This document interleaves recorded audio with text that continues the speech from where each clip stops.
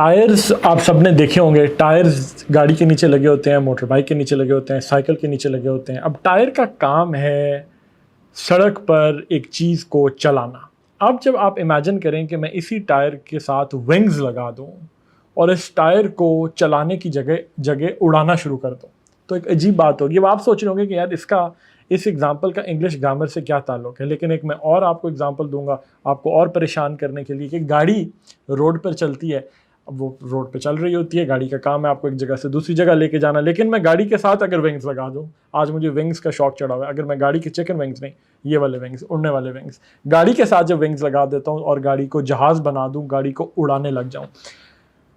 Interesting बात यह है कि एक चीज़ का ओरिजिनल मकसद शायद कोई और हो। पहिए का ओरिजिनल मकसद सड़क पे चलना है, गाड़ी का ओरिजिनल मकसद सड़क पे चलना है। विंग्स लगाकर उस ओरिजिनल मकसद को मैंने चेंज कर दिया और अब मैंने वो चीज़ जो सड़क पे चलने के लिए बनी हुई थी उसको उससे उड़ना शुरू कर दिया, या उसको उड़ाने के लिए, फ्लाई करने के लिए इस्तेमाल करना शुरू कर दिया। पॉइंट एक है कि एक चीज़ का ओरिजिनल मकसद चाहे कुछ और हो, अगर मैं उसमें थोड़ी स्ट्रक्चरल चेंज करूं, मतलब पर साथ लगा दूं या कुछ और कर दूं, तो मैं उससे एक और काम ले सकता हूं।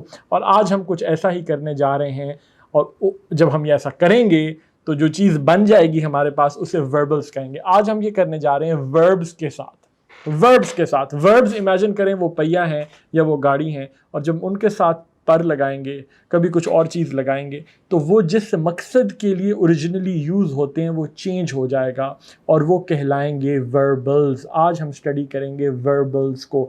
वर्बल्स क्या होते हैं? वर्बल्स वो होते हैं जब वर्ब के साथ कुछ चेंज होगा कि वो अब एज अ वर्ब फंक्शन नहीं करेगा, वो एज समथिंग एल्स फंक्शन करेगा। आपने पिछली वीडियोस में, पिछले लेसन्स में देखा कि वर्ब के 3 हमने बड़े काम देखे। वो एक्शन को कैप्चर करता है, ये उसका पहला फंक्शन है कि एक्शन को कैप्चर करता है। उसका दूसरा फंक्शन हमने ये देखा कि वो स्टेट ऑफ बीइंग को बताता है, जिसको हमने लिंकिंग वर्ब्स भी कहा, कि वो दो वर्ड्स को आपस में लिंक करता है। द केक स्मेल्स गुड, जब हमने कहा द केक स्मेल्स गुड जब कहा, या the cake the perfume smells good जब कहा, जब ऐसी कोई चीज़ की तो द केक स्मेल्स गुड, तो द केक गुड बीच में लिंक कर रहा है word smells, which is a verb but which is functioning as a linking verb, जो कि स्टेट ऑफ बीइंग बता रहा है केक की, कि केक की खुशबू अच्छी है, द केक स्मेल्स गुड। तीसरा हमने फंक्शन ये देखा वर्ब्स का कि वो हेल्पिंग वर्ब का रोल प्ले करते हैं, जिसमें हमने बी के वर्ब्स देखे, हैव हैज का फंक्शन देखा, हमने डू का फंक्शन देखा वर्ब की फैमिली का, कि वो हेल्पिंग वर्ब्स का फंक्शन प्ले करते हैं, यानी वो किसी मेन वर्ब को हेल्प करते हैं। तो ये हमने फंक्शंस देखे 3 वर्ब्स के।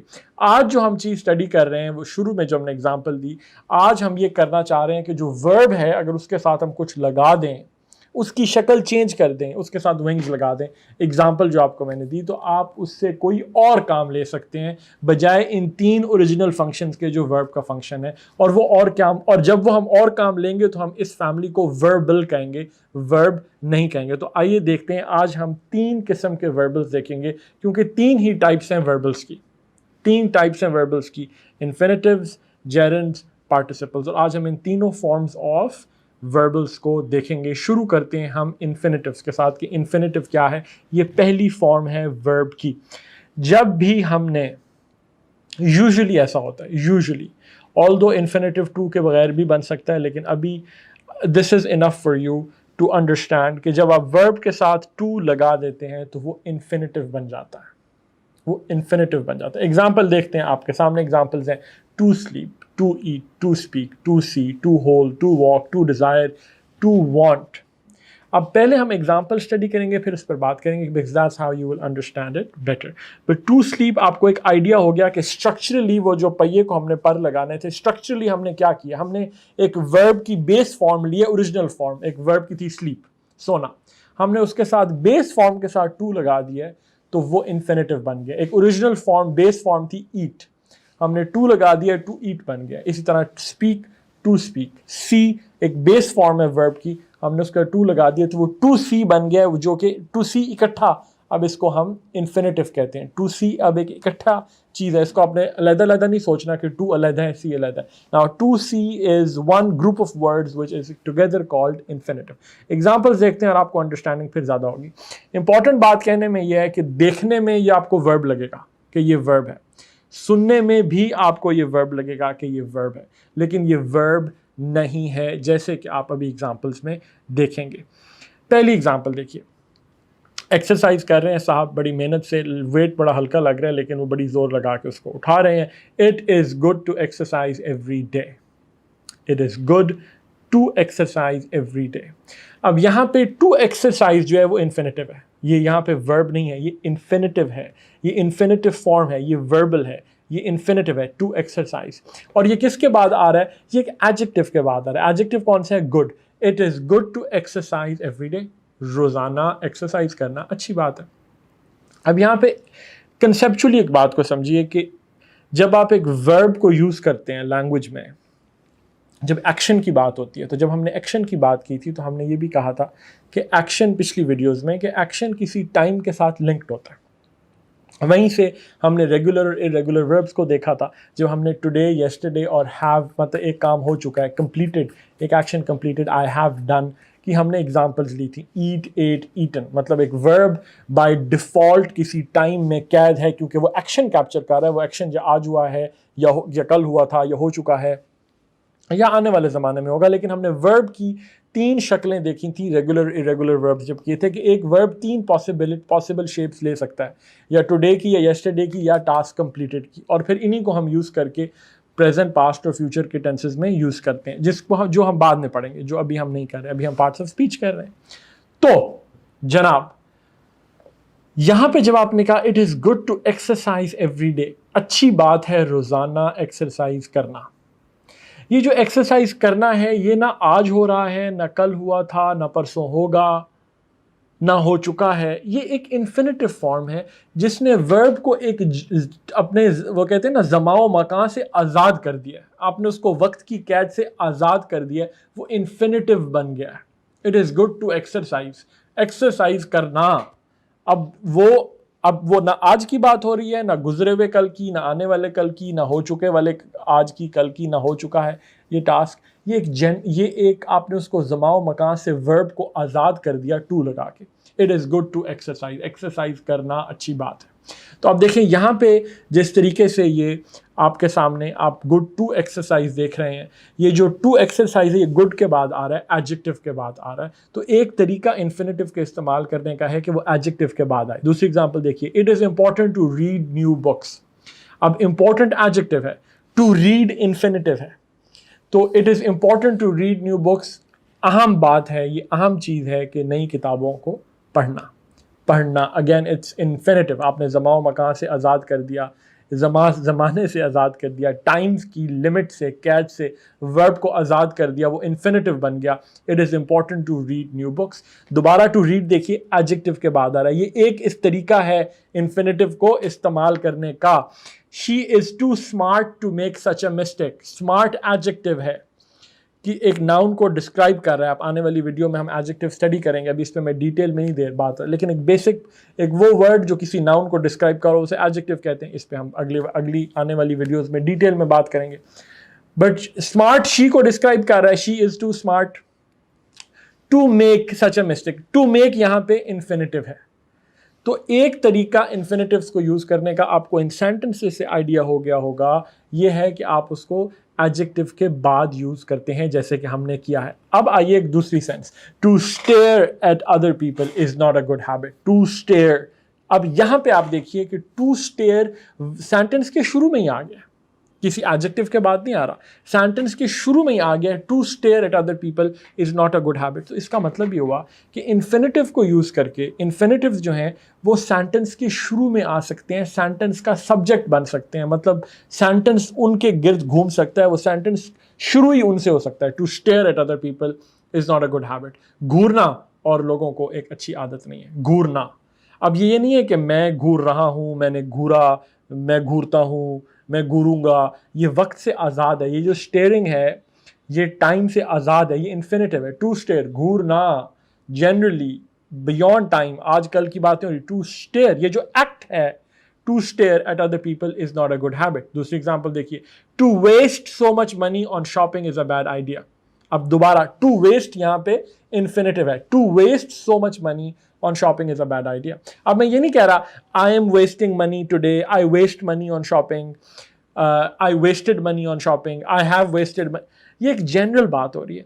To waste so much money on shopping is a bad idea. तो ये वो फॉर्म्स हैं जहां पे आप देख रहे हैं कि अब इन्फिनेटिव का दूसरा तरीका इस्तेमाल करने का लैंग्वेज में, कॉन्वर्सेशन में, लिखने में क्या है लैंग्वेज में, कि आप वो सेंटेंस शुरू ही वहां से हो रहा है, वो सेंटेंस का सब्जेक्ट बन जाता है, सेंटेंस आगाज अपना वहां से कर रहा है। दूसरा एक और एग्जांपल लीजिए, to blame others for your own faults is a silly habit.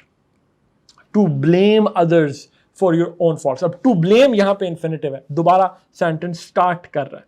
अब एक तीसरी चीज देखिए, एक तीसरी पॉसिबल तरीका है इन्फिनेटिव्स को यूज करने का, try to call her before leaving office.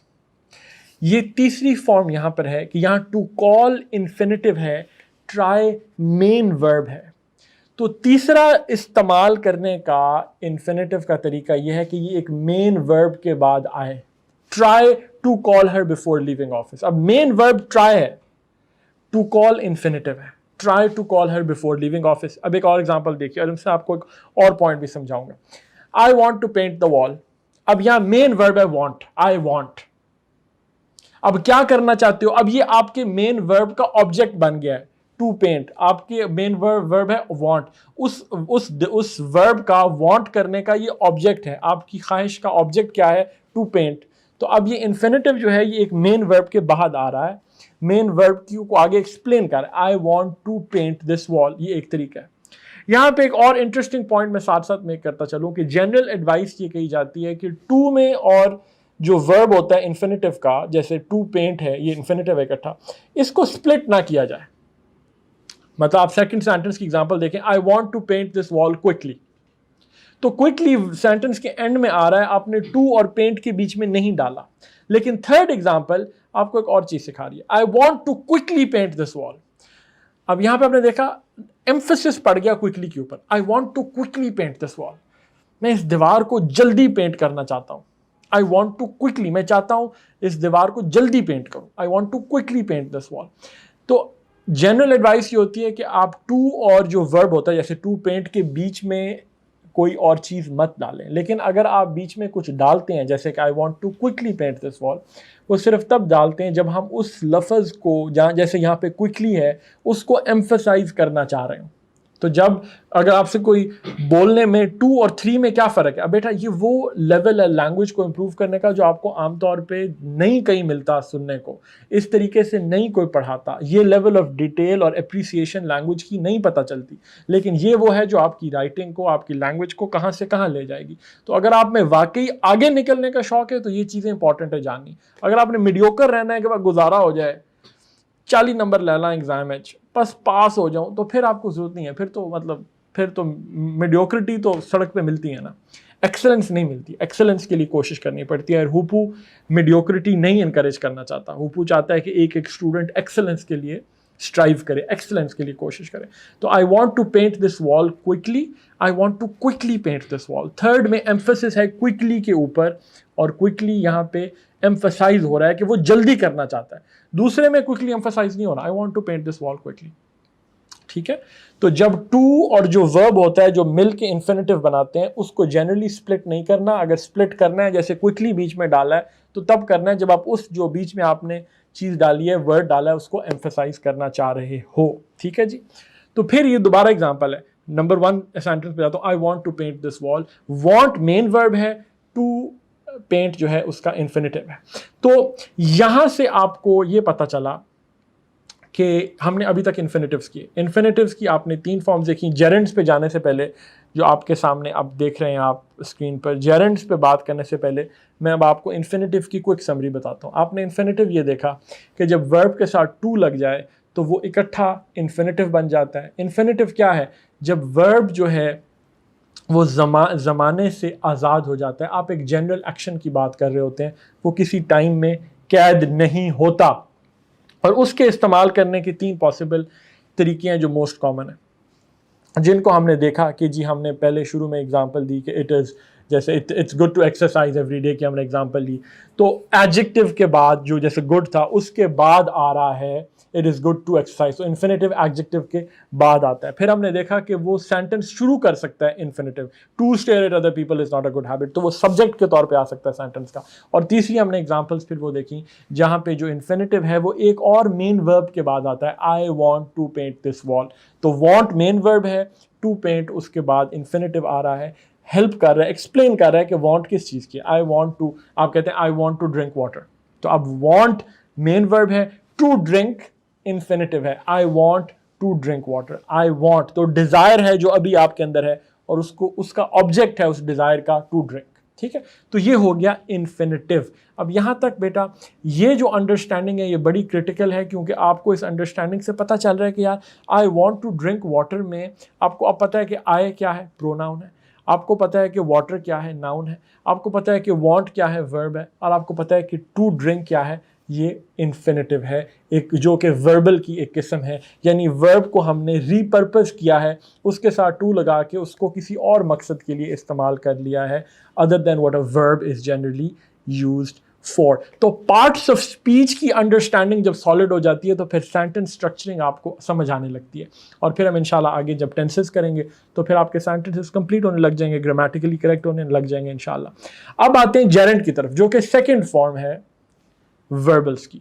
Geraint क्या है? When verbs function as nouns. मुझे थोड़ा एक्सप्लेन करने दें। A gerund is a verb, मैं डेफिनेशन सिर्फ इसलिए डाल रहा हूँ कि इसके बाद एग्जांपल्स करेंगे, लेकिन जब आपके जहन में एक थोड़ा सा इंट्रोडक्शन आ जाएगा। A gerund is a verb in its ing form, जब हम कहते हैं स्विमिंग, वॉकिंग, टॉकिंग, स्पीकिंग। लेकिन कंफ्यूज नहीं होना, ये आपको सेंटेंस देख के पता चलेगा कि यहाँ ये एज अ वर्ब यूज हो रहा है या एज अ जेरेंट यूज हो रहा है, ठीक है। देखते हैं। A gerund is a verb in its ing form that functions as a noun. तो पहली बात के लिए इंटरेस्टिंग ये है कि जेरेंट वो है जब हमने वर्ब के साथ पर लगाए, जैसे हमने शुरू में गाड़ी के साथ विंग्स लगाए थे, वर्ब के साथ पर लगाए, इस केस में ing लगाया और उसको फंक्शन करा लिया एज अ नाउन, जो कि ओरिजिनल फंक्शन नहीं है वर्ब का। ओरिजिनल फंक्शन तो वर्ब का एक्शन कैप्चर करना है ना, स्टेट ऑफ बीइंग को कैप्चर करना है, हेल्पिंग वर्ब का फंक्शन अदा करना है। हमने उसको से नाउन का काम ले लिया ing लगाकर।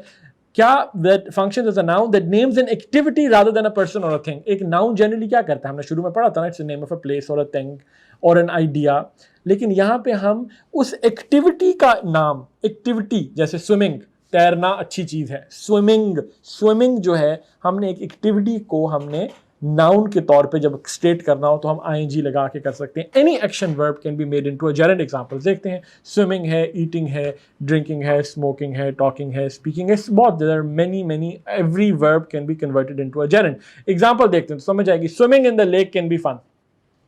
अब यहां पे देखो कि स्विमिंग फंक्शन कर रहा है एज अ नाउन, कि वो एक्ट जो है तैरने का लेक में वो फन हो सकता है, इट कैन बी फन।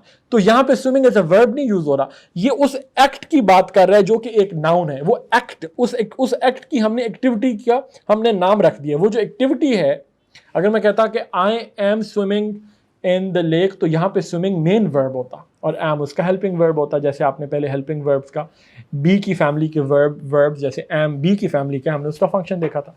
और स्विमिंग मेन वर्ब है और एम स्विमिंग को हेल्प कर रहा है, तो I am swimming in the lake, तो यहां स्विमिंग मेन वर्ब होता। लेकिन जब हम अब कह रहे हैं swimming in the lake can be fun, swimming in the lake can be fun, तैरना लेक में मजेदार काम हो सकता है। तैरना, वो जो एक्ट है तैरने का लेक के अंदर, इट कैन बी फन। तो यहां पे स्विमिंग एक जेरेंट के तौर पे यूज हुआ है। इट्स अ जेरेंट, जहां पे वर्ब से हम काम क्या ले रहे हैं, एक नाउन का काम ले रहे हैं, और जब हम वर्ब से नाउन का काम लेते हैं तो उसको जेरेंट कहते हैं। Swimming in the lake can be fun, lake में तैरना कैन बी फन।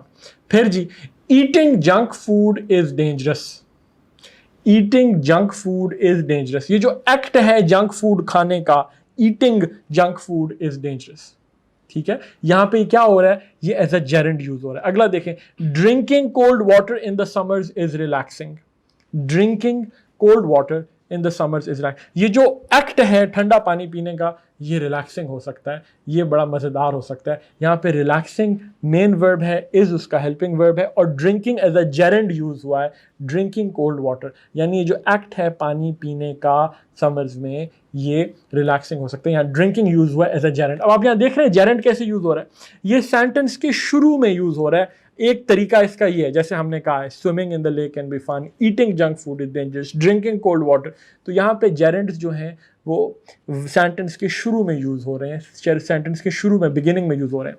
लेकिन एक और तरीका इनको यूज करने का ये है कि ये एक मेन वर्ब के बाद में आ जाए, as an object of main verb आ जाए। अब बाबा जी बैठे गिटार बजा रहे हैं, गाना गा रहे हैं बेगम के साथ, तो आपने कहा आई, और वो कह रहे हैं आई एंजॉय सिंगिंग। अब एंजॉय यहां पे मेन वर्ब है, वो एंजॉय करते हैं किस चीज को। अब सोचें, आप यहां से बेटा एग्जांपल सोचिए, अगर मैं आपको ये कहूं कि आई एंजॉय ऑरेंज जूस, तो ऑरेंज जूस एक नाउन है, आपको फौरन समझ आ जाएगा। I enjoy orange juice, enjoy verb है, आई प्रोनाउन है, ऑरेंज जूस नाउन है, तो आई एंजॉय ऑरेंज जूस। तो ये जो ऑरेंज जूस है ये मेन वर्ब यानी एंजॉय के बाद आया है, और ये एंजॉय का ऑब्जेक्ट है कि क्या चीज़ एंजॉय करते हो, ऑरेंज जूस।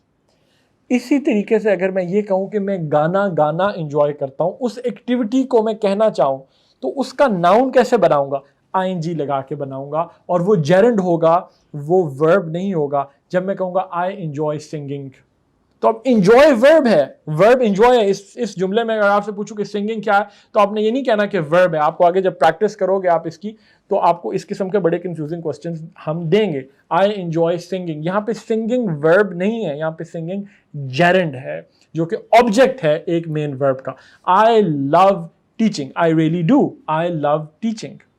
तो यहाँ पे लव मेन वर्ब है, टीचिंग जेरेंड है। इसको हमने नाउन भी नहीं कहना, जेरेंड कहना है। जेरेंड वो है जब वर्ब फंक्शन कर रहा है as a noun, that's a gerund. तो जेरेंड कहेंगे तो आपको पता है कि it's functioning as a noun. I love teaching, मैं लव करता हूं किस चीज को, टीचिंग को। टीचिंग यहां पे यूज हुआ है एज अ जेरेंड। अब यहां पे आप इस एग्जाम्पल में एक और मजेदार बात देखें, जो अगेन बड़ा सटल पॉइंट है, जो लोग नहीं बताते, जो आपको नहीं सुनने मिलता, लेकिन लैंग्वेज को खूबसूरत बनाने में, वाकई एक्सेलेंस को अचीव करने में ये चीज़ें बहुत हेल्प करती हैं। दो जुमले लिखे हैं, I love teaching, I love to teach. एक में मैंने पहला जुमला जेरेंड का एग्जाम्पल है, आई लव टीचिंग। दूसरा सेंटेंस इन्फिनेटिव यूज हुआ है, आई लव टू टीच, एक मेन वर्ब के बाद, जैसे हमने इन्फिनेटिव में भी कुछ देर पहले देखा है कि इन्फिनेटिव एक वर्ब के बाद आ सकता है, एक एक एक, एक मेन वर्ब का ऑब्जेक्ट बन के आ सकता है। तो I love teaching, I love to teach, क्या फर्क है? कोई फर्क नहीं है, इनके मतलब में कोई फर्क नहीं है। तो एक बात आपको बतानी ये थी कि कभी कभार आप जेरेंड यूज कर लो या इन्फिनेटिव यूज कर लो, सेंटेंस के मतलब पर कोई फर्क नहीं पड़ता। I love teaching, I love to teach, मुझे पढ़ाना पसंद है, मुझे पढ़ाना द एक्ट ऑफ पढ़ाना पसंद है। I love teaching, I love to teach. यहां पे मैं जेरेंड यूज कर लूं, आई लव टीचिंग कह लूं, या इन्फिनेटिव फॉर्म यूज कर लूं, आई लव टू टीच, इनके मतलब में, लिटरल मतलब में कोई फर्क नहीं पड़ता। अब एक और एग्जांपल देखिए, I remembered calling her, I remembered to call her. यहां पे दोनों के मतलब में फर्क है। आई रिमेंबर्ड कॉलिंग हर का मतलब है कि आई रिमेंबर्ड, मुझे याद था, द एक्ट, वो जो एक्ट था कॉल करने का, I remembered that act, I remembered calling her. दूसरा सेंटेंस जो कह रहा है I remembered to call her, वो ये कह रहा है कि मुझे याद था एक्ट और मैंने कर दिया, मैंने कॉल भी कर दिया, I remembered to call her, और मैंने कॉल कर दिया। तो यहां उनके दोनों के मतलब में फर्क है। पॉइंट सिर्फ एम्फेसाइज करना ये है, आपने परेशान नहीं होना, पॉइंट सिर्फ एम्फेसाइज करना ये है कि जुमले में आप जेरेंड भी यूज कर सकते हो, इन्फिनेटिव भी यूज कर सकते हो। कुछ जगह ऐसी होंगी जहां मतलब पे फर्क नहीं पड़ेगा, I love teaching, I love to teach. कुछ जगह ऐसी होंगी जहां पे मतलब फर्क पड़ेगा, आई रिमेंबर्ड कॉलिंग हर, मुझे याद था उसे कॉल करना, आई रिमेंबर्ड कॉलिंग हर, कि मैंने एक्ट कॉल करना है, वो एक्ट के मैंने कॉल करना है। I remembered to call her, I remembered to call her, मुझे आपने कहा कि तुम डिड यू फॉरगेट, मैंने कहा नहीं, I remembered to call her, मैंने, मुझे याद था और मैंने उसे कॉल कर दिया, मैंने एक्ट हो चुका है। तो इसमें 2 में एक्ट हो चुका है, मैंने कॉल कर दिया, और 1 में नहीं, I remembered calling her, but then I could not, मुझे याद था कि कॉल करना है लेकिन फिर मैं बाद में नहीं कर सका। तो यहाँ पे जेरेंड और इन्फिनेटिव जो जुमले में यूज़ हो रहे हैं, कॉलिंग या टू कॉल, उससे जुमले के मतलब में फ़र्क पड़ रहा है।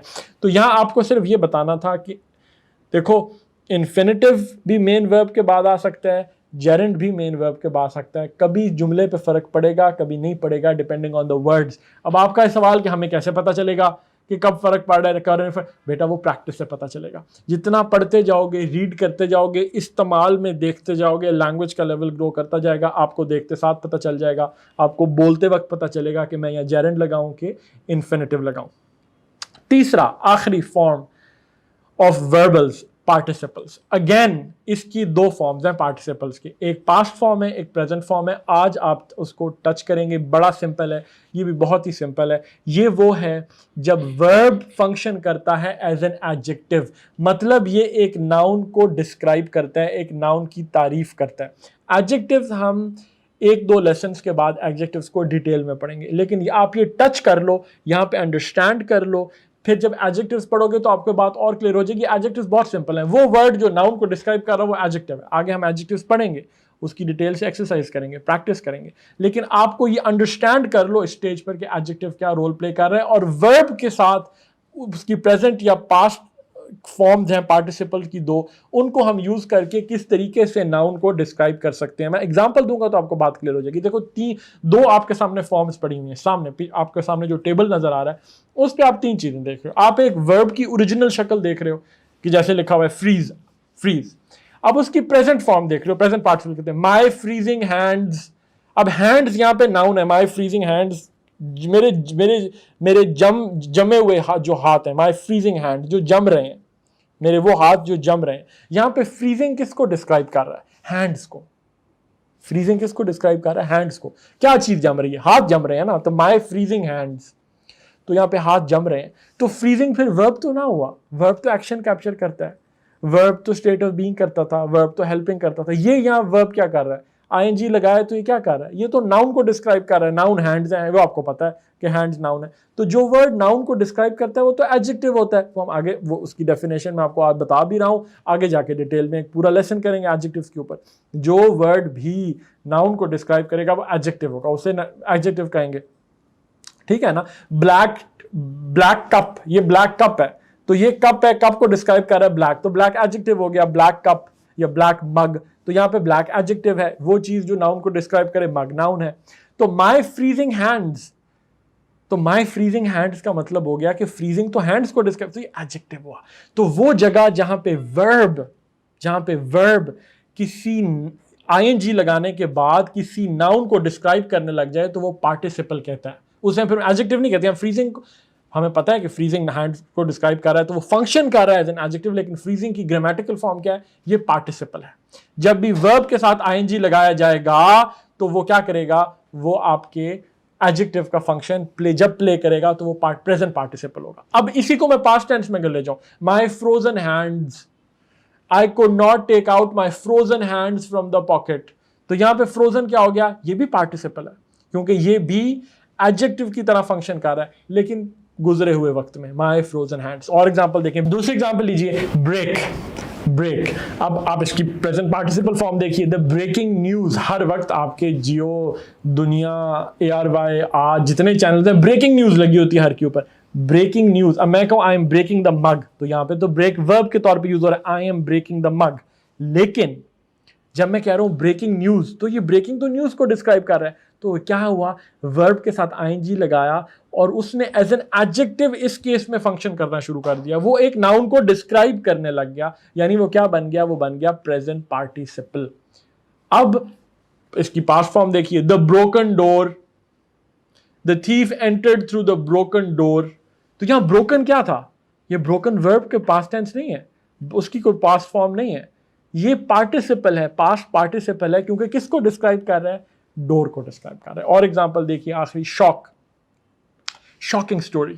अब शॉक एक वर्ब है, I heard a shocking story, ये पार्टिसिपल है, प्रेजेंट पार्टिसिपल है, आईएनजी लगा है, क्योंकि शॉकिंग किसको डिस्क्राइब कर रहा है? स्टोरी को। तो जब आपसे पूछें कि एक जुमला लिखा I heard a shocking story, तो यहां शॉकिंग वर्ब है, जेरेंड है, इन्फिनेटिव है, या पार्टिसिपल है तो आप कहेंगे पार्टिसिपल है, क्यों? क्योंकि स्टोरी को डिस्क्राइब कर रहा है, बड़ा आसान है इसका तो टेस्ट करना। His shocked face, his shocked face, वो शॉक्ड उसका जो चेहरा था, his shocked face, I still remember his shocked face, उसका ऐसे परेशान चेहरा। अब जो शॉक्ड फेस था, ये शॉक्ड या किसको डिस्क्राइब कर रहा है? फेस को, लेकिन उसकी पास्ट फॉर्म है। तो पार्टिसिपल की समरी ये है कि पार्टिसिपल तब है जब एक वर्ब की शेप चेंज कर कर या आईएनजी लगाकर या उसकी पास्ट फॉर्म यूज़ कर कर उसको हम एक एडजेक्टिव के तौर पे यूज़ करें, यानी किसी नाउन को डिस्क्राइब करने के लिए यूज़ करें, तो वो पार्टिसिपल कहलाता है। तो आज हमने क्विक समरी, आज हमने वर्ब्स का एक और शक्ल देखी जहाँ हमने वर्ब से एक और काम लिया, जिस काम को हम कहते हैं वर्बल। हमने इसमें वर्बल के आगे 3 ब्रांचेस देखी, 3 ही उसकी ब्रांचेस हैं, इन्फिनिटिव्स, जेरेंड्स और पार्टिसिपल्स। इन्फिनिटिव जब देखा, जब हम वर्ब के साथ टू लगाते हैं वो इन्फिनिटिव बन जाता है। वो किस तरीके से इस्तेमाल होता है, वो एज अ वर्ब इस्तेमाल नहीं होता, वो किस तरीके से एज अ सब्जेक्ट इस्तेमाल हो सकता है, किस तरीके से एडजेक्टिव के बाद आ सकता है, किस तरीके से वो ऑब्जेक्ट हो सकता है of a main verb, infinitive जो है।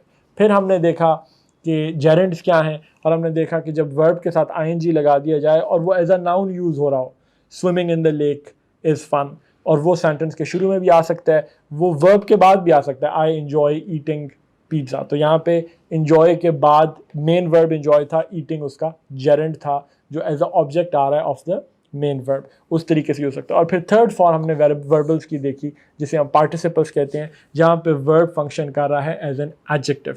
तो 3 फॉर्म्स देखी, इन्फिनिटिव फॉर्म जहाँ हमने वर्ब को आज़ाद कर दिया ज़माने से, एक ऐसी फॉर्म जहाँ पे जेरेंड की, जहाँ पे वर्ब फंक्शन करने लगा एज अ नाउन, और पार्टिसिपल फॉर्म जहाँ पे वर्ब फंक्शन करने लगा एज एन एडजेक्टिव, यानी वो वर्ब नहीं रहा, वो वर्बल बन गया, और वो या इन्फिनिटिव था या जेरेंड था या पार्टिसिपल था।